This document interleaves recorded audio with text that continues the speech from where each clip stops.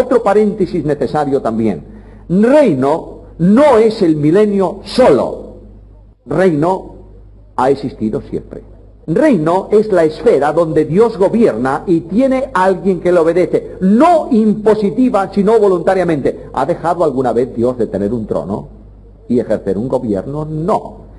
El reino milenial es un aspecto del reino de los cielos, ¿está claro? Es decir, se va a producir, indudablemente va a venir, lo esperamos, es verdad bíblica, creemos en el milenio. Y creemos que en el milenio Dios en persona, en la persona de su Hijo, gobernará aquí en la tierra y reinará en la tierra. Pero es un aspecto del reino, porque nosotros hoy estamos en otro aspecto del reino. Y nos dice el apóstol Pablo que hemos sido liberados del poder de las tinieblas y trasladados ¿a dónde? ¿Al reino? Claro está que el reino en este tiempo es un reino, como siempre, un reino mediado y expresado en el pueblo de Dios. ¿Cómo se llama el pueblo de Dios hoy? Iglesia. De manera que hubo reino siempre. Tengamos cuidado, porque si llegamos ahí, el sermón de la montaña no es para mí, porque son las leyes del reino milenial. Sí, pero yo estoy en el reino hoy. Y para entrar al milenio tengo que ser salvo o no. ¿Los que entren al milenio van a ser salvos? ¿Se salvan como? ¿Por gracia mediante la fe? ¿Son regenerados? ¿Luego son como yo? Yo tengo que cumplir las leyes del reino. Y el sermón del monte es para mí hoy, tanto como para el milenio entonces. Dejemos también ese tema. Pero aquí tenéis un ángel que está trabajando, que trata con el reino de Dios. Luego hay otro que se llama Lucero. ¿Quién es Lucero? ¿Qué ángel hay que se llama Lucero? Venga, ¿Satanás? Lucifer se llama Lucero, hijo de la mañana. Bueno, conocemos mucho de ángeles, ¿eh? Conocemos sus nombres, tienen nombres. La Biblia no es un libro de curiosidades. ¿Tú te imaginas que la Biblia tuviese al final de la Biblia un apéndice, padrón de nombres de ángeles? Nos volveríamos locos estudiando sus nombres. ¿Para qué nos vale? Para nada. Simplemente la Biblia revela nombres específicos en momentos determinantes. ¿Y notáis que tiene que ver con salvación casi todo esto? Santidad, adoración, custodia del pueblo, aviso profético. Tiene que ver con salvación, tiene que ver con los hombres. Ahora, los ángeles, si tienen nombres, tienen que tener casas. Bueno, estamos hablando de espíritus, moradas, ¿entendéis? ¿Tienen morada los ángeles? ¿Ha dejado Dios a algún ser creado sin morada, sin casa? Dios construyó un planeta que se llama Tierra. ¿Para ser la casa de quién? Del hombre. Dios ha creado un universo tan gigantesco que asombra millones de estrellas, cientos de miles de constelaciones, más grande que la nuestra. ¿Para qué tanto? ¿Por qué tanto? Bueno, la Biblia habla, en el concepto teológico semita, habla de 3 cielos. Habla de el primer cielo, Génesis 1:8. Venga, busquemos los textos, porque a veces hablamos en teoría, y si no tenemos textos bíblicos, mejor no mencionemos. Génesis capítulo 1, versículo 8. ¿Qué dice? Muy bien, la expansión que está encima de la tierra, es decir, donde no hay obstáculos, se llama cielos. Ese es el primer cielo, según los judíos, el cielo atmosférico. Claro, algunas veces le preguntabas a un judío de aquel tiempo, y es muy interesante ver, cuando no tienes base bíblica, la cantidad de cosas que puedes decir. A un rabino le preguntan, ¿hasta dónde llega el primer cielo? Y él responde, hasta el primer astro que está fuera del cielo. ¿Y quién es? La luna. Pero el mundo de las aves no llega a la luna. Yo no he visto ningún gorrión volando por la luna, porque no tiene aire. Bueno, otro le pregunta, ¿hasta dónde llega? Y dice, el doble del monte más alto de la tierra. ¿Por qué? Son respuestas humanas. Lo que sí es cierto es que el cielo primero es el cielo atmosférico. Ahí tenemos una definición. Segundo, el cielo o los cielos, Deuteronomio capítulo 10, versículo 14. Muy bien, aquí entendamos el versículo en el entorno semítico como hablaban ellos. De Jehová son los cielos, y los cielos de los cielos, segundo cielo. Veis que también nos dicen tiempo y tiempos y la mitad de un tiempo. Sería más cómodo decir 3 años y medio, sería para nosotros, pero para un semita tenía que decir así. ¿Cómo diría un semita santísimo si no tiene superlativo, como nosotros? Dice santo, santo, santo. Dios 3 veces santo, significa Dios santísimo. Bueno, aquí tenemos ya un primer cielo, el atmosférico, y luego hay los cielos encima de eso, que es los cielos estelares, donde el espacio, donde están todos esos millones de astros. Y luego está el tercer cielo, para buscarlo en el Nuevo Testamento, que lo aclara tal vez un poco mejor, 2 Corintios, capítulo 12 y versículo 2. De manera que ahí Pablo, como un judío, está diciendo, primer cielo, atmósfera; segundo cielo, cielos estelares; tercer cielo, el cielo de Dios. ¿Dónde está el tercer cielo? La idea que tenemos nosotros filosófica es que como el cielo lo tenemos arriba, yo tengo un hogar, bello hogar, ¿dónde? Más allá del sol. Idea filosófica. Tenemos que subir y pasar el sol, pero hay mucho más allá del sol. Luego da la impresión de que para eso tengo que atravesar todo el enorme, infinito espacio de Dios, y por fin, allá lejísimos está el trono de Dios, donde... No, lo que está diciendo la Biblia es que hay un lugar en donde Dios ha determinado manifestar su gloria. ¿Dónde puede ser? En un monte de la tierra, ¿sí o no? ¿Acaso no sube Jesús al monte de la transfiguración y manifestó qué cosa? La gloria de Dios. Luego, dejémonos de pensar en un lugar físico. Indudablemente la Jerusalén celestial ocupa un lugar físico, y es en cierta medida una ciudad física para hombres y mujeres físicos con cuerpos transformados, en una dimensión distinta a la nuestra, pero es una ciudad con sus medidas, etcétera, etcétera.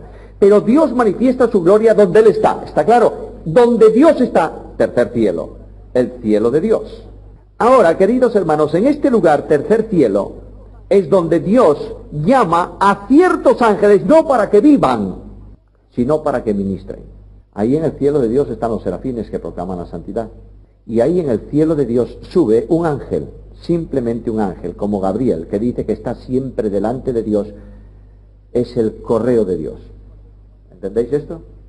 ¿Dónde está? Cuando en una oficina, en una gran empresa, casi siempre los mandos más altos tienen un despacho a su lado, donde además de su secretaria hay un ordenanza. Mándame a Luis. Luis viene, lleva la carta y se sienta de nuevo, a veces abre el periódico. De esta manera tenemos a un Gabriel delante del trono. Gabriel, a Daniel, vuelta, Daniel, Gabriel, a María, Gabriel, a Zacarías. Ahí tenéis el que está delante del trono de Dios. ¿Por qué? Porque estás en el servicio. Pero, valga la expresión, ¿duerme Gabriel en el trono de Dios? No hay lugar para nadie en ese sitio más que para Dios. ¿Está claro? Las moradas de los ángeles tienen que ocupar necesariamente, si no pueden ocupar el tercer cielo, el cielo de Dios, y el espacio de la tierra está ocupado por los ángeles caídos, ¿dónde tienen moradas los ángeles? En el segundo cielo, en el cielo de las estrellas. De manera que los ángeles ministran desde el cielo y ahí al Señor. Desde el cielo Dios los manda en ministerio a la tierra o a donde Él quiera, conforme a su propósito, pero ellos tienen moradas que Dios ha preparado para ellos. No hay ningún ser que no tenga una morada preparada por Dios.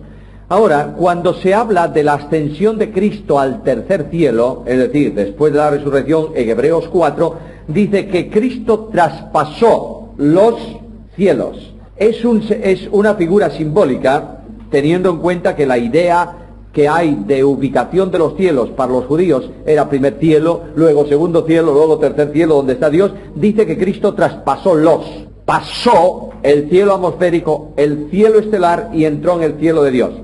Recuerdo, por favor, que esto es un lenguaje simbólico para entender algo, pero que no podemos ubicar el cielo de Dios después del segundo cielo o donde sea, porque Dios, la presencia de Dios no tiene un lugar manifiesto en un determinado sitio del espacio y del tiempo, porque Él es atemporal. Ahora, Cristo se ha sentado, Efesios 1, 20-21, Cristo se ha sentado, está por encima de principados y potestades. Encima no solamente simboliza autoridad, sino lugar.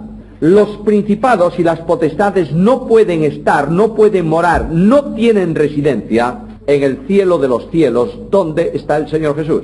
¿Entronizado a dónde? A la derecha del Padre. Ahora, los ángeles de Dios se relacionan mucho con los ángeles del cielo. Notáis que muchas veces se dice, vino un ángel del cielo. No desde, sino del. Quiere decir que son ángeles cuyas moradas, cuya vivienda está en Él. cielo. Como no es el cielo atmosférico, necesariamente tiene que ser el segundo cielo. Además, habitualmente a los ángeles se les relaciona también con las estrellas. Nos dice en el libro de Job, en forma poética y figurada, que las estrellas de Dios le alababan en la creación. No se puede estar refiriendo a los astros que él estaba creando, sino a las estrellas en el sentido de ángeles majestuosos de la creación angélica de Dios. Ahora, que tienen moradas es un hecho. Mirad Judas capítulo 6, versículo 6. Judas 6, leemos ese versículo. Hay algunos ángeles que abandonaron ¿qué? No el lugar donde están hoy. Los demonios están en el aire atmosférico, tienen allí su cuartel general, pero dice que estos abandonaron sus ¿qué? Algo más dice, propia morada. De manera que tú vives en una ciudad y estás en tu propio piso. No importa que no seas propietario, pero estás alquilado en un piso, ese es tu piso. Y cuando la gente dice, ¿quién vive aquí? Aquí vive fulano de tal, o es el piso de fulano de tal. En este sentido, Judas dice que hubo ángeles que no tuvieron bastante con su casa y la abandonaron sus moradas. Ahora, de estas moradas habló Cristo. ¿En qué lugar?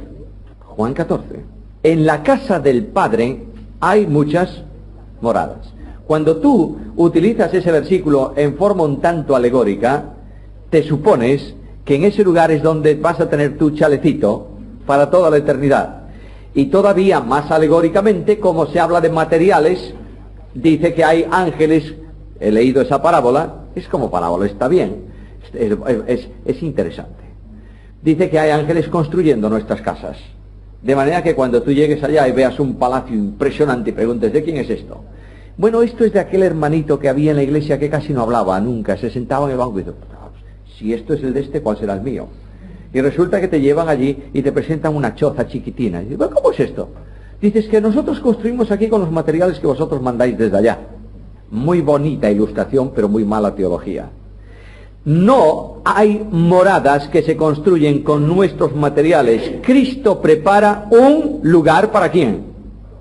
Para nosotros. Y Cristo está construyendo, Cristo va a hacer la ciudad celestial, solo para la iglesia. Solo para la iglesia. Muy bien. Abraham y todos ellos dice que murieron esperando la ciudad que tenía fundamentos, cuyo constructor y arquitecto es Dios. Ahora, si esta morada definitiva para los creyentes va a ser hecha por Cristo, luego las moradas que hay en la casa del Padre, ¿de qué son? Las moradas de los ángeles. Dios creó un enorme universo y en ese universo asignó lugares a los ángeles. Hay algunos teólogos, lo doy como posibilidad o probabilidad, no como doctrina. Algunos teólogos piensan que la morada, la residencia, la casa de Satanás fue la tierra. Y que cuando él se rebeló contra Dios, desorganizó la tierra. Bueno, pudiera. No digo que pueda o que no pueda. Yo no tengo una base bíblica para afirmar tal cosa. Lo que sí es cierto es que los ángeles tienen sus moradas, su lugar donde ellos residen, que Dios le ha asignado. Ahora, hay ángeles en el cielo atmosférico, que viven en el cielo atmosférico. ¿Quiénes son? Efesios 6:12. Dice que no tenemos lucha contra carne y sangre, sino contra principados y potestades, contra huestes de maldad en las regiones celestiales. ¿Queréis, por favor, leer la versión, esa nueva versión internacional? Y si alguien tiene Biblia de las Américas, o si alguien tiene otra Biblia por ahí. Hay Biblias de otras versiones presentes. Efesios 6:12. Bueno, regiones celestiales, ahí el sentido del texto en el griego es regiones aéreas. Creo que la versión antigua lo decía, me parece, lugares altos. Claro, esa es una buena idea de lo que hay. Están en el alto, por encima de, pero no están en otros lugares, porque los demonios tienen una actividad específica con los seres vivos, con los hombres. ¿Y dónde están estos? En la tierra. ¿Dónde están los demonios? En el aire. Se desplazan de un lado a otro rápidamente. Veremos que hay demonios ubicados en regiones de la tierra concretas y están ahí. De manera que cada región del planeta, probablemente cada región del planeta tenga sus propios demonios. Qué tragedia. Estos conocen la región y conocen a los que viven en la región. Por eso cuando Cristo mandó a los demonios del endemoniado que salieran, dijo, no nos hagas ir a otra región, porque estamos en la nuestra. Estamos trabajando aquí, este es nuestro territorio especial. Ahora, hemos visto nombres, moradas, ministerio de los ángeles. En relación con Dios, los ángeles son ministros de adoración y de alabanza. Ministro, ¿qué significa? Cuando decimos a veces, y esto ya es una palabra que está entrando mucho en las iglesias, el ministro de alabanza. Bien, ministro significa servidor. De manera que los ángeles son servidores de alabanza y de adoración. ¿Por qué? Porque Dios desea ser adorado. Es que la adoración no es una opción, es un mandamiento. Cuando tú quebrantas la opción, mejor dicho, cuando tú quebrantas y dejas de adorar o de alabar, no estás simplemente dejando una opción de vida y tomando otra, estás quebrantando un mandamiento. Porque Dios desea ser adorado y así lo estableció la ley. Al Señor tu Dios adorarás y a Él solo servirás. Ahora, los ángeles son exhortados en el libro de los Salmos a alabar a Dios, a adorar a Dios. Y hay ángeles que adoran a Dios en el cielo. Entre otros muchos pasajes, aquel de Isaías, en donde proclama la santidad, y también en Apocalipsis capítulo 4, versículos 6 al 11, donde se habla de los ángeles adorando a Dios. También en la adoración celestial hay una presencia de 24 ancianos. Sé que esto representa cierta polémica interpretativa. Algunos consideran que esos 24 ancianos son ángeles especiales. Para eso utilizan una línea de manuscritos que ponen, en vez de nos has redimido, ponen los has redimido. Pero son manuscritos que no tienen una fidelidad tan grande como la línea general en donde ponen nos has redimido. Los ángeles no son redimidos, ¿verdad que no? Luego, probablemente, lo más probable, la interpretación más natural del pasaje tiene que ver con la representación de la iglesia en los 24 ancianos que están en la presencia del Señor. En el entorno bíblico es esa interpretación.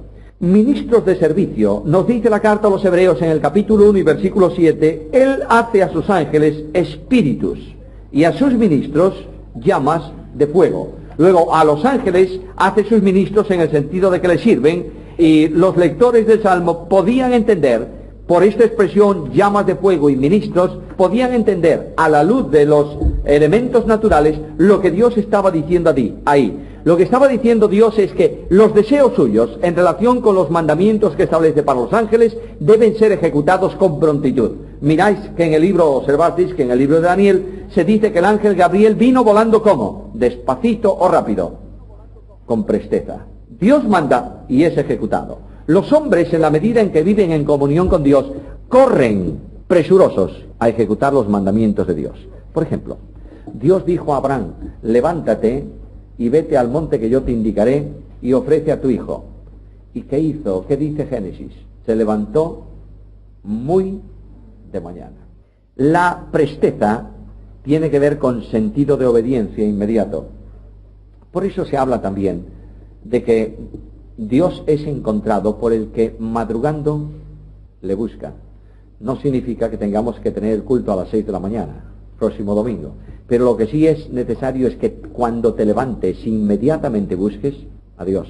Los ministros de Dios son ejecutores de su voluntad y los ángeles son mensajeros personales de Dios para cumplir sus mandamientos. De manera que son enviados a veces de parte de Dios a los profetas para comunicarles mensajes, son enviados en el entorno de la anunciación del Mesías para comunicar el nacimiento del Señor, bien sea María, bien sea los pastores, y son ministros gobernantes. Aquí quiero pararme un segundo, porque las otras cosas las conocéis muy bien. Ahora, Hebreos capítulo 2, versículo 5, por favor. De manera que dice que el mundo venidero, acerca del cual se está hablando en la carta, que es el mundo del futuro, especialmente el nuevo reino de Dios, o la nueva manifestación, nuevo reino no, la nueva manifestación del reino de Dios, bien el milenio, bien ya en los cielos nuevos y tierra nueva, dice que Dios ha determinado que el mundo sea gobernado no por los ángeles. Aquí en este momento el mundo nuestro está siendo gobernado, controlado por ángeles. ¿Por qué? Muy sencillo. Esto lo veremos en la caída de Satanás, solamente lo anticipo. Cuando Satanás tentó al hombre, arrebató de las manos del hombre el cetro de autoridad para gobernar los reinos de la tierra. De manera que Satanás dijo a Cristo en la tentación, los reinos del mundo y su gloria, ¿de quién son? son míos, porque a mí me fueron no dados, entregados. Los reinos le fueron dados al hombre, el hombre los entregó por derrota al tentador, y son suyos. Satanás gobierna sobre los reinos de esta tierra. El gobierno político de las naciones de la tierra está supervisado, orientado y controlado por Satanás. Dios no interviene en el tema, salvo cuando ese gobierno se opone a su plan. De manera que Dios ha establecido una sucesión de reinos que comenzaron y terminaron porque el seguimiento de ese imperio no correspondería al plan que Dios tenía en relación con su pueblo y con la venida del Mesías. Pero el reino futuro no va a estar gobernado por ángeles, sino va a estar gobernado ¿por quién? Por quien Dios determinó, que es el hombre. En este momento ya hay un rey determinado por Dios mismo que va a gobernar aquí en la tierra. ¿Quién es? Cristo mismo. Ahora, los ángeles diabólicos están con un proyecto de sujeción a Satanás. El proyecto de Satanás se resume de una forma muy sencilla. Pongamos un hombre en el gobierno de la tierra en el cual Dios no pueda intervenir. El proyecto diabólico es colocar en el trono de Dios, aquí en la tierra, ¿a quién? Al anticristo. Este proyecto es un proyecto ¿desde cuándo lo tiene Satanás en mente? Desde el principio. Cuando tentó, mirad, el proyecto es muy sencillo. Cuando Satanás tentó al hombre, lo que él quiso fue controlar al hombre para gobernar en el lugar que Dios había establecido. Y Dios dijo, no, por ahí no va. Y Satanás quiso retirar de la adoración a Dios a los hombres. Falló. Viene la línea de Set, adoradores, y así sucesivamente. Y en el tiempo presente Dios busca adoradores que le adoren en espíritu y en verdad. ¿Por qué? Porque Dios quiere ser adorado. Punto. Lo ha establecido, no va a oponerse. Pero hay un propósito y Satanás lo tiene. En el momento en que Dios le permita, él va a colocar un hombre en un trono para gobernar en su nombre el reino de Dios en la tierra. Y el Señor va a decir, es el último tiempo de paciencia. Se agota la paciencia. Y en este sentido tenéis un ejemplo muy interesante en Noé. Noé está predicando durante años y años el Evangelio en el mensaje de entonces. Y Dios dijo un día a Noé, entra en el arca, porque de aquí a 7 días comenzará a llover. Le dio 7 días de plazo. Muy bien, vamos a tener 7 últimos años de plazo antes de que Cristo intervenga en la historia de la tierra. Por eso cuando Cristo habló de la venida suya, la relacionó ¿con qué? Como en los días de Noé. Mirad el entorno de Noé, veis que está cumpliéndose prácticamente en el tiempo presente. Ahora, ministros gobernantes, de manera que ahí veis conflictos cósmicos que están en un campo distinto al nuestro, en donde Miguel se enfrenta, todo esta estructura tiene que ver con los intentos de Satanás del control, supercontrol del reino aquí en la tierra y la acción de Dios en oposición a su proyecto. Ahora, los ángeles en el ministerio directo que Dios les encomienda son ministros protectores. Hebreos capítulo 1, versículo 14. Muy bien, son todos ellos ministros, administradores en el sentido de protección. Hay un salmo que dice, y Satanás utilizó para tentar al Señor, que dice, porque a sus ángeles mandará cerca de ti para que no tropieces con tu pie en piedra. Esta es una promesa no para el Mesías, es para los creyentes. Luego hay una protección especial que Dios hace para los creyentes o comunica a los creyentes por medio de los ángeles. Ahora, ¿cuántos ángeles están protegiéndome a mí? No tengo ni idea, ni sé si permanentemente ni no, porque no me preocupa. Porque mi protección no la descanso en ángeles. Porque tengo un texto mucho más importante. El ángel de Jehová acampa en derredor de los que le temen y los defiende. Esta es mi defensa. Nuestra defensa es el Señor. Ahora, ¿el Señor utiliza a sus ministros? Claro que sí. En biografía misionera hay muchísimas evidencias del trabajo defensivo de ángeles. Voy a contaros una historia. Cuando se comenzó la evangelización de las islas del Pacífico, tierra de caníbales, algunos misioneros que fueron allí, misioneros no, personas que fueron allí, fueron comidos allí por los caníbales. Y un día una familia misionera sintió el llamado de Dios para ir a predicar el evangelio ahí. Viene en un barco, el capitán del barco, un velero de entonces, desde que salieron de Inglaterra hasta allá, que tardaron una tremenda cantidad de días, fijaros a dónde había que llegar antes, en un velero, les iba diciendo, no lo hagan, ustedes no saben lo que son, no lo hagan, no lo hagan. El día que llegaron allí, el hombre casi se oponía a desembarcarlos. Al fin los desembarcó. Ellos construyeron su casa y comenzaron a predicar el Evangelio. Una noche, los hombres de guerra de esa tribu vinieron para matar al misionero y a su familia. Y según vinieron, así se retiraron. Pasó el tiempo. Uno de los jefes se convierte y viene al misionero y le pregunta, ¿dónde duermen sus soldados? Y el misionero dijo, ¿qué soldados? Los suyos, los que les defienden. Nosotros no tenemos nadie. Hemos vivido siempre solos. Dice, no. Cuando nosotros venimos para matarles a ustedes hace tanto tiempo, toda la casa estaba rodeada de soldados vestidos de blanco. Por eso nos retiramos. ¿Quiénes eran? Los ángeles de Dios. Ahora, ¿quiénes vieron a los ángeles? ¿Los misioneros o los enemigos? Los enemigos. Entonces, ojito, porque os dais cuenta que hay algunos en nuestros días que quieren ver ángeles. No lo pidas. Deja que Dios revele su presencia a los que necesita en cuanto a protección.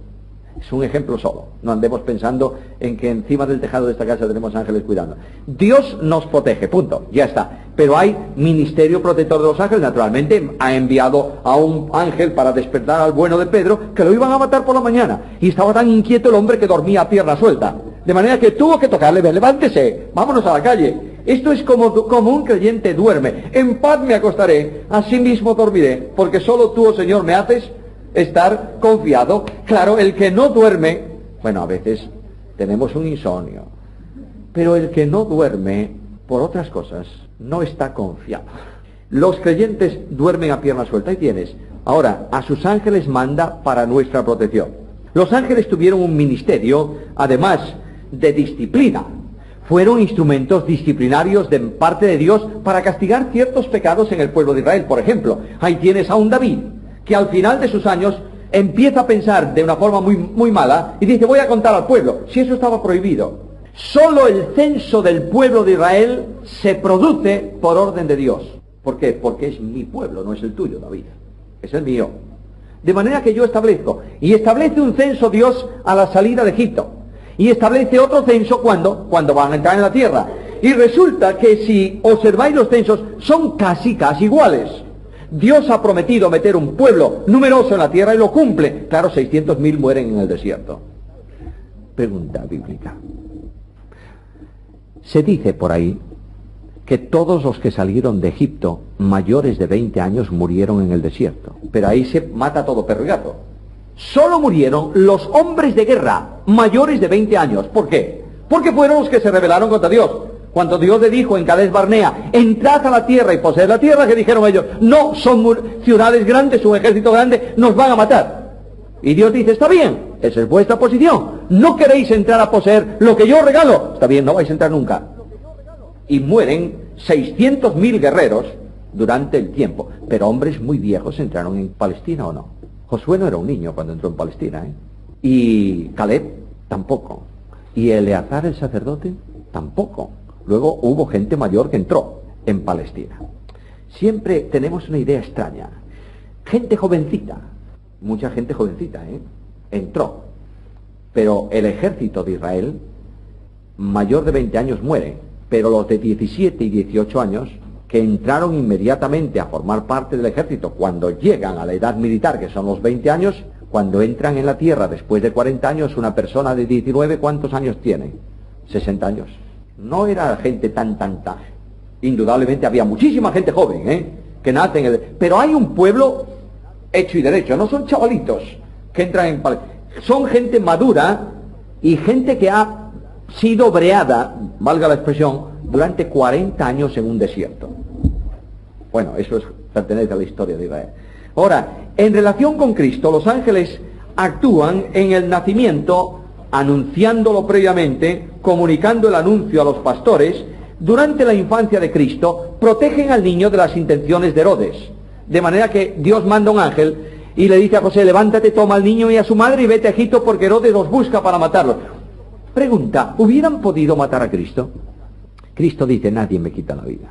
Tengo poder para tomarla, tengo poder para volver. Pero una cosa es que nadie hubiera podido, y de hecho nadie lo hizo. Pero Dios establece una cosa lógica. Es mejor mandar por lógica a un niño fuera de lugar donde se va a producir una masacre que cuidarlo en ella. De manera que Dios manda. El Dios de la Biblia es muy lógico, ¿entiendes? Esto no hace cosas asombrosas cuando no son necesarias. Manda y envía a su hijo a Egipto. Claro, alguien me va a decir, además tenía que cumplirse una profecía. Sí, es verdad. Pero aquí tenemos la acción de Dios. Durante el ministerio terrenal de Cristo, después de las tentaciones, dice Mateo capítulo 4, versículo 11, que los ángeles vinieron y le servían. Cuando entra Cristo en Getsemaní, la humanidad del Señor entra en una confrontación tan grande, que necesita aliento. Fijaros, la confrontación de Cristo es una confrontación en razón de tristeza, no de pecado. Dice a los discípulos, mi alma está muy triste. Si él podía estar triste hasta los límites tremendos, ¿puede estar triste un creyente? Entonces, ¿quién inventó ese coro? No puede estar triste un corazón que tiene a Cristo, pobrecito. Si Cristo estuvo triste, ¿qué ocurre? Estamos viendo que a veces nosotros utilizamos lenguaje que es un lenguaje un poco especial. Pero los ángeles son enviados, un ángel es enviado para confortarle. Ahora pregunta, señores teólogos, ¿qué le dijo el ángel a Cristo? ¿Algo le dijo o no? Porque si lo mandó para confortarle. ¿Tú sabes lo que le dijo? Yo no, tú tampoco, porque no está en la Biblia. Pero en la carta a los hebreos dice algo, que por el gozo puesto, ¿cómo? Delante de él. Luego no hay duda alguna que el ángel reveló a Jesús el hombre la tremenda dimensión de lo que iba a producirse en razón de ¿qué? Del sacrificio de la cruz. Ahora, hermanos míos queridos, ejercicio para reflexión personal. Estudiad, por favor, Getsemaní. ¿Y qué ocurre en Getsemaní? La confrontación se produce en la humanidad del Hijo de Dios, ¿verdad? Y la confrontación tiene que ver con la muerte espiritual. El Hijo de Dios como hombre iba a ser separado de la comunión con el Padre en razón del pecado del hombre, no del suyo. Y esa situación es inasumible a un hombre absolutamente santo. ¿Estáis siguiéndome o no? ¿Está en comunión con el Padre cuándo? Siempre. Y dice además ¿por qué? Porque yo hago siempre lo que le agrada al Padre. Y dice él, yo nunca digo nada de mí mismo, todo cuanto digo lo he oído del Padre. ¿He venido para qué? Para hacer la voluntad del que me envió, no la mía. Mi comida es que haga la voluntad del que me envió y acabe su obra. Ahí tenéis un hombre absolutamente santo, tan santo como hombre, que él puede decir a los de su tiempo, ¿quién de vosotros me redarguye? Una cosa es acusar, otra cosa es redarguir. Acusación, tuvo todas, desde demonio a todos. La gente llamó demonio a Cristo, ¿o no? Los fariseos lo llamaron. Dice, este es un aliado de Belcebú, y por Belcebú echa fuera a los demonios. Es una acusación gravísima. Muy bien, acusen, pero ¿quién me convence? Nadie, porque no lo tengo. Ahora, ese que no tiene pecado va a ser separado de la comunión del Padre en la cruz a causa de mi pecado. Y se va a producir en la experiencia de Jesús hombre, no en la deidad, en la experiencia de la naturaleza humana de Jesucristo, lo que significa la muerte espiritual, interrupción de la comunión con Dios. ¿Qué dice Cristo? No, no puede ser. ¿No tienes otra vía? Alguien me dice, ¿pero acaso Jesús no sabe todo? Como Dios, sí. Como hombre, no. El conocimiento a la humanidad de Cristo se lo comunica a la persona divina del Hijo de Dios. ¿Me estáis siguiendo o no? Si alguien no me sigue, dígamelo. Hay una persona divina, segunda persona de la deidad. Dios el Hijo, el Verbo eterno. ¿Está claro eso? Bien. Esta persona divina tiene una naturaleza divina. Claro, como todas las personas divinas, con la que actúa y se manifiesta. ¿Esa naturaleza es eterna? Eterna. ¿Siempre la tuvo? Siempre. De pronto esa persona divina toma en el tiempo una naturaleza humana y se hace hombre, sin dejar de ser Dios. Muy bien. La persona divina conoce todo. ¿Todo? ¿El día del regreso de la tierra también? También. Porque el verbo de Dios expresa todo lo que Dios conoce. ¿Está bien? Pero hay cosas que el hombre no puede conocer como hombre, no por su santidad ni nada, porque la Biblia dice, las cosas secretas pertenecen ¿a quién? A nuestro Dios. Las reveladas para nosotros y para nuestros hijos. Por tanto, la persona divina comunica a la naturaleza humana, al hombre Jesús, todo aquello que Jesús, hombre, tiene que conocer en relación con la deidad. Por ejemplo, Cristo tiene en ocasiones como hombre conocimiento omnisciente. Dice nuestro amigo Lázaro, ¿quién te lo dijo? Nadie, soy Dios. Y ese hombre, pero llega un momento en que la fecha de la venida del Hijo del Hombre a la tierra, ¿quién la sabe? Solamente Dios. Dice, solamente mi Padre. Los ángeles tampoco. Ni el Hijo. ¿En qué sentido? Como verbo de Dios no conoce Jesús. Como verbo de Dios. El verbo de Dios no conoce la fecha. Si en Dios no hay secreto. Pero como hombre no puede conocerla. Luego, la deidad comunica a la humanidad todo aquello que puede conocer y le comunica el poder divino para actuar en los momentos necesarios. ¿Tenéis claro esto? Por ejemplo, ¿Dios duerme alguna vez? ¿Necesita dormir? ¿Jesús dormía? Claro. ¿Dios come en el sentido de necesidad? No. ¿Jesús comía?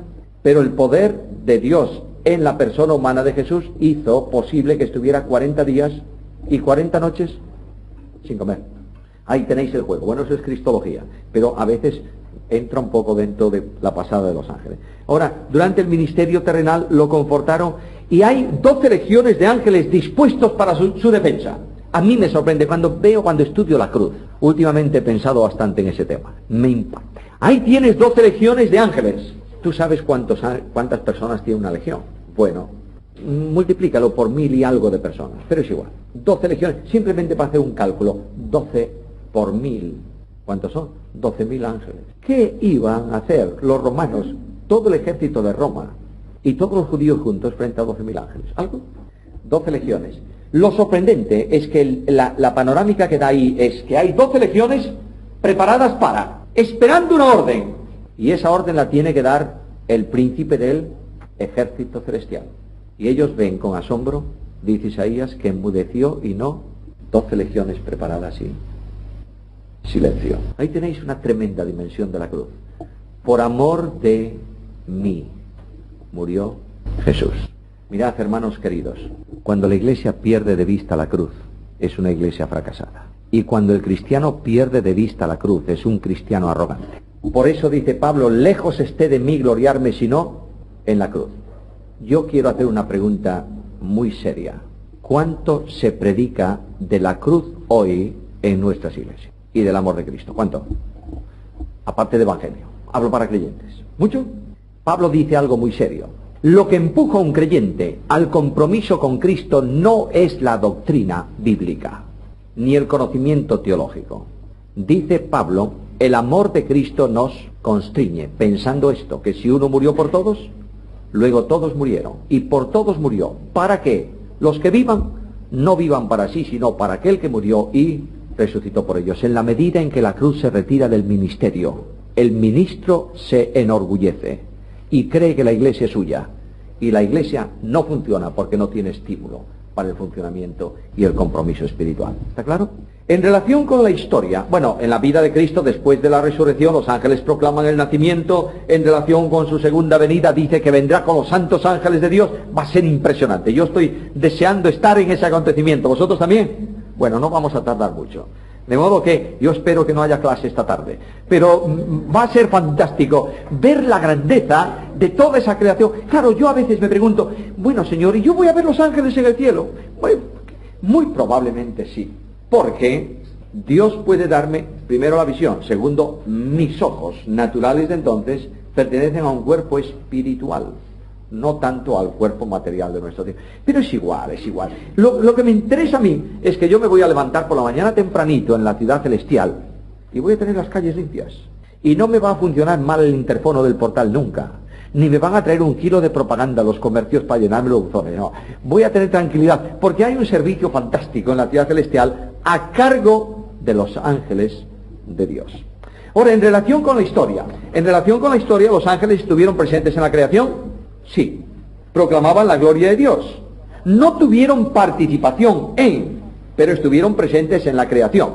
Ahora, en la entrega de la ley, es muy interesante notar que dice Pablo que la ley fue dada, Gálatas 3:19, por medio de ángeles.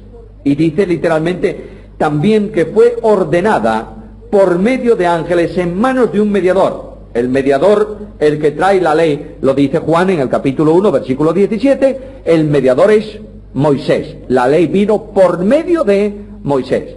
Ahora, los judíos creen que los ángeles pronunciaban las palabras de la ley.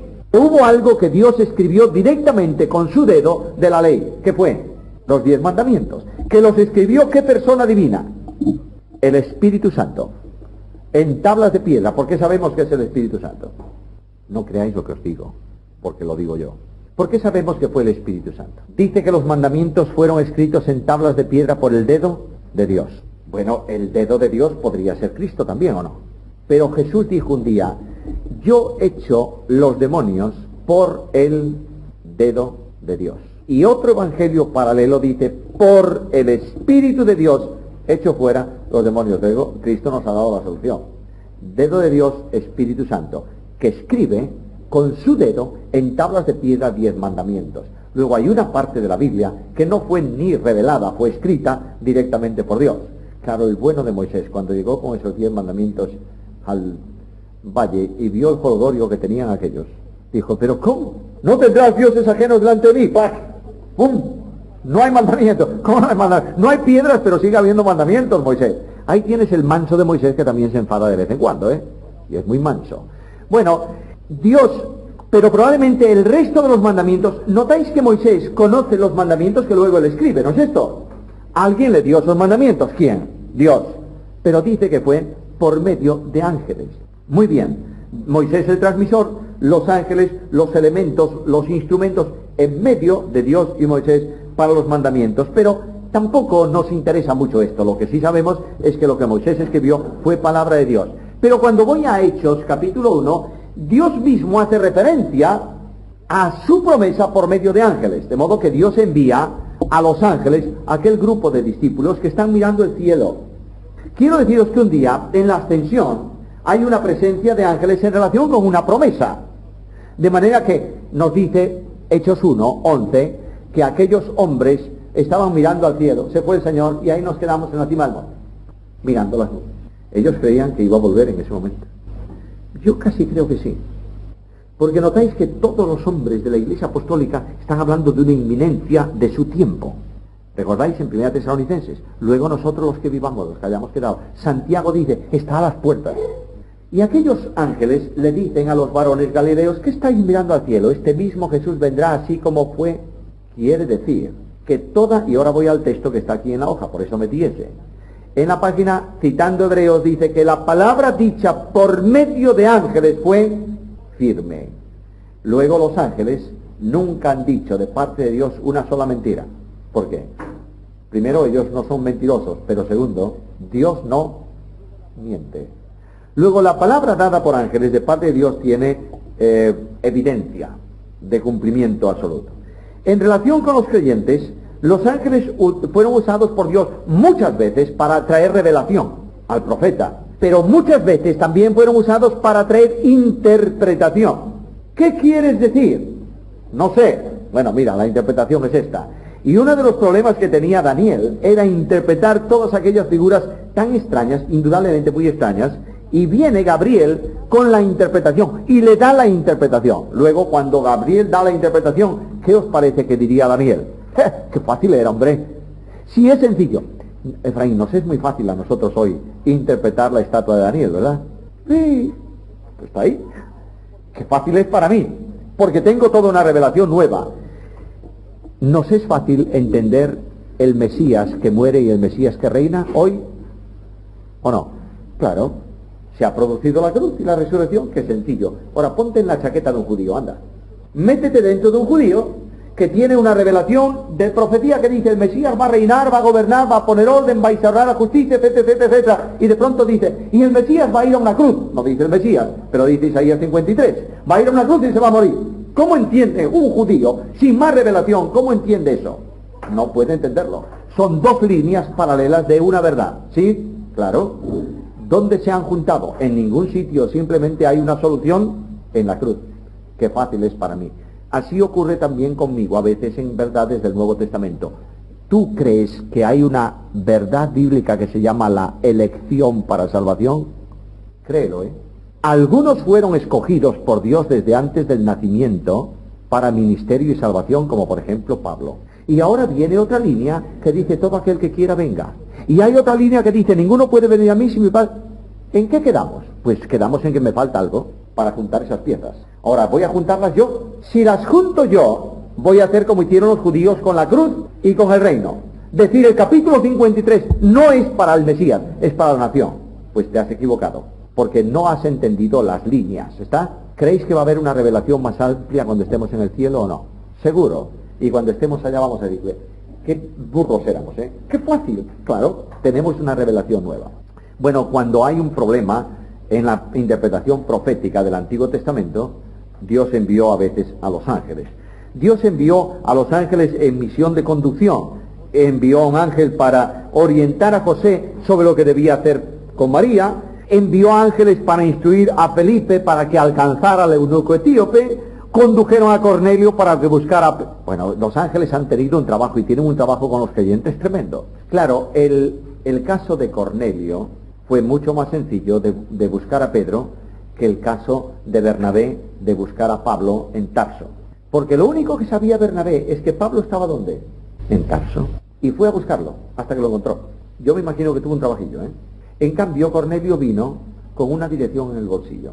¿Cuál era la dirección que le dieron a Cornelio? Si hubiese correo, le hubiera mandado una carta y hubiera llegado. Señor Don, Simón Pedro, casa de Simón Curtidor, Paseo del Mar, Jope. Ahí está. Ahí tienes la dirección que le dan a Cornelio. De modo que Cornelio no se pierde. Llega inmediatamente al mismo lugar. Los ángeles hicieron provisión. Por ejemplo, un ángel vino para confortar a Agar. ¿Quién era Agar? Claro, aquella Agar de Abraham. Para confortar a Agar.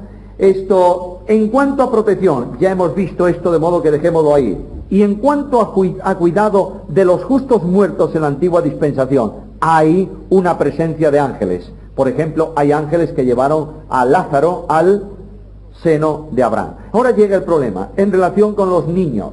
Mateo 18:10. Bueno, a la luz de ese versículo hay una determinada base bíblica para suponer, para pensar que Dios ha puesto ángeles al cuidado de los niños. Esto en ocasiones se producen tremendos milagros, especialmente en relación con niños que no tienen uso de razón. No sé si leísteis, y no sé tampoco en qué ciudad de España fue, que un niño pequeñito se cayó de una ventana, era un quinto piso, no sé cuánto, y llegó tranquilitamente al suelo. Claro, alguien me dice, fue parando por los tenderos de la tendales de la ropa, los cordeles de la ropa que lo fue frenando. Bueno, es verdad, pero ¿no creéis que hay una acción de protección muy especial ahí?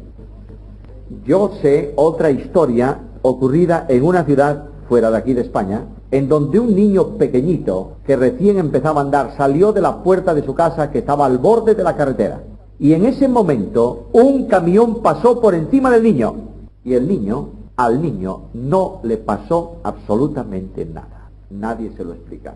Tampoco estemos viendo milagros permanentemente en todo. Quiero decir que Dios tiene protección para los niños. Sí, Dios ama tremendamente a los niños, y dijo, dejad a los niños, venid a mí y no se lo impidáis. Mirad, mientras Cristo ama tremendamente a los niños, la Iglesia le complica la vida a los niños. ¿Sí o no? Y recíproco, que los niños complican la vida a la Iglesia. Con razón, y yo soy niño hoy y haría más ruido todavía. Porque la Iglesia solo piensa con mentalidad de gente grande. Vamos a ver, hermanos queridos, yo voy a poner un ejemplo práctico esta mañana. Tenemos un niño de 5 años, ya no es tan pequeño, un niño de 5 años. Normalmente un niño de 5 años es un tanto inquietillo el hombre, ¿no? Sí, naturalmente que sí. Domingo, 9:30 de la mañana, me lo visto de punta en blanco, el día de mayor calor del año, y lo agarro por las orejas y me lo llevo al culto. Está bien que lo llevemos al culto. Y lo sentamos en un banco y le decimos, quietito, ni una palabra. Y el desgraciado está hora y media aguantando algo que él no entiende. Cállate. Bueno, y ahora para casa, comida, y otra vez por la tarde a escuchar algo que él tampoco termina de entender. Lo que estamos generando nosotros en un niño, ¿qué es? En el subconsciente de ese niño. Evangelio y angustia, igual. Por eso de vez en cuando gritan como locos en la iglesia. Hacen bien, hombre. Están pidiendo que se les atienda. Y no terminamos de entender que hay que atenderlo. Luego, el Señor, en un ministerio de enseñanza tremendo, rodeado de cientos de personas, ¿qué dice a los apóstoles? Que le dicen a los padres, no traigan a los niños que hacen ruido. ¿Qué le dice? Un momentito. Estos son más importantes que todos estos. Vengan acá los niños. ¿Estamos atendiendo así a los niños? Cuando se concluye la reunión y alguien, anciano de la iglesia, pastor en la iglesia, al que sea, está saludando a la congregación que sale por la puerta, ¿saluda a los niños? Normalmente se agacha cuando sale el primero y le dice, oye, cuidado con lo que estás haciendo, ¿eh? Este es el saludo que se le da al niño. Y luego le damos un tremendo aliento a la pobre madre que, angustiada, está cuidando de los niños. Al final del culto, cuando se acaba el culto, viene el carabinero de orden y le dice, a ver si el próximo domingo su niño hace menos ruido en la iglesia. Pero por favor, si lo que había que decirle, eres una santa, gracias por traer al niño y gracias por cuidarlo. Y nosotros metámonos en la cabeza de una vez por todas de hacer algo para los niños en el programa de la iglesia. No la guardería simple donde se les saca de en medio para que no hagan ruido. Vamos a formarlos porque son niños. Y vamos a hablarles de Cristo. Porque justamente en la edad infantil, cuando no hay malicia, cuando no hay esa doble personalidad producto del pecado, el niño está dispuesto y muy receptivo a aceptar ¿a quién? A Cristo. Creed que esos niños se salvan, ¿eh? Cuando un niño pequeño dice, le preguntas y ya entiende, ¿tú eres pecador? Sí, soy pecador. ¿Tú crees que Cristo murió por ti? Sí. ¿Tú quieres recibir a Cristo? Sí. No te olvides que ese niño se salva. Ahí en esa edad. Porque nadie que voluntariamente no rechaza al mensaje del Evangelio se pierde. ¿Está claro o no? ¿Estamos cuidando de esos niños? No. Luego los metemos en una dinámica peligrosa de iglesia. Y el pobre niño empieza, cuando tiene oídos para oír, empieza a oír las basuras de la iglesia. Yo no sé cómo hay jóvenes que viven en la iglesia. Me admira la enorme dimensión de la gracia de Dios. Pero mientras los ángeles los protegen, nosotros les damos patadas. Somos curiosos los creyentes. Quiero pararme un ratito y lo vamos a despachar en 20 minutos sobre el ángel de Jehová. Hemos hablado de ángeles, pero en el Antiguo Testamento aparece muchas veces el nombre ángel de Jehová. Ojo, hay algunas versiones que por no utilizar Jehová, o la traducción más normal que sería Yahvé, es mucho más lógico ese nombre que Jehová, pero como dependemos mucho de los ingleses, de los sajones, ponemos Jehová, porque como ellos la J, aquí tenemos un experto en inglés, como la J para ellos es más bien una Y un poco tal, pues Yahvé, Jehová nos suena bastante bien, pero realmente el nombre hebreo, las letras hebreas tienen que ver más bien con la Y y la H y la W que con el resto, pero es igual. Hay dos palabras que en algunas versiones se traducen igual porque no utilizan Jehová, utilizan solo Señor, de manera que aparece el ángel del Señor en varios lugares que en el original hebreo tiene distinto sentido. Hay ángel de Dios, Malak Elohim, y hay ángel de Jehová, Malak Yahweh. Son diferentes. Cada vez que aparece ángel de Jehová, está refiriéndose la Biblia con el 99% de posibilidades, y dejo una de excepción, a una persona divina. Si analizáis los pasajes bíblicos que presentan al ángel de Jehová, descubrís enseguida que se trata de una teofanía, es decir, de una manifestación de Dios en forma visible de hombre.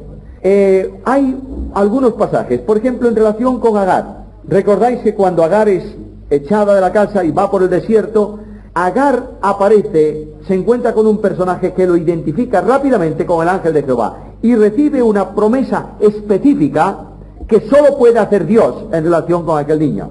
Y ella dice que ha estado... A ver, mirad por favor Génesis 16. Vamos a leer un par de versículos. Génesis 16, versículo 9. Rápido, antes de la comida tenemos que dar un repaso a esto del ángel de Jehová. ¿Le dijo quién? No le dijo Dios por medio del ángel, ¿verdad? Ni dice el ángel, de parte de Dios vuelve, no, le dice, vete y hazlo. Primera cuestión, habla en primera persona. Segundo, versículo 11, muy bien, de manera que le comunica algo que no conoce nadie, solamente lo conoce la omnisciencia de Dios. Tercero, versículo 13, de manera que el mismo pasaje identifica al ángel que habla con ella como Jehová que habla conmigo. Aquí tenemos una identificación de la deidad con el ángel de Jehová. Génesis 22, en relación con el sacrificio de Abraham.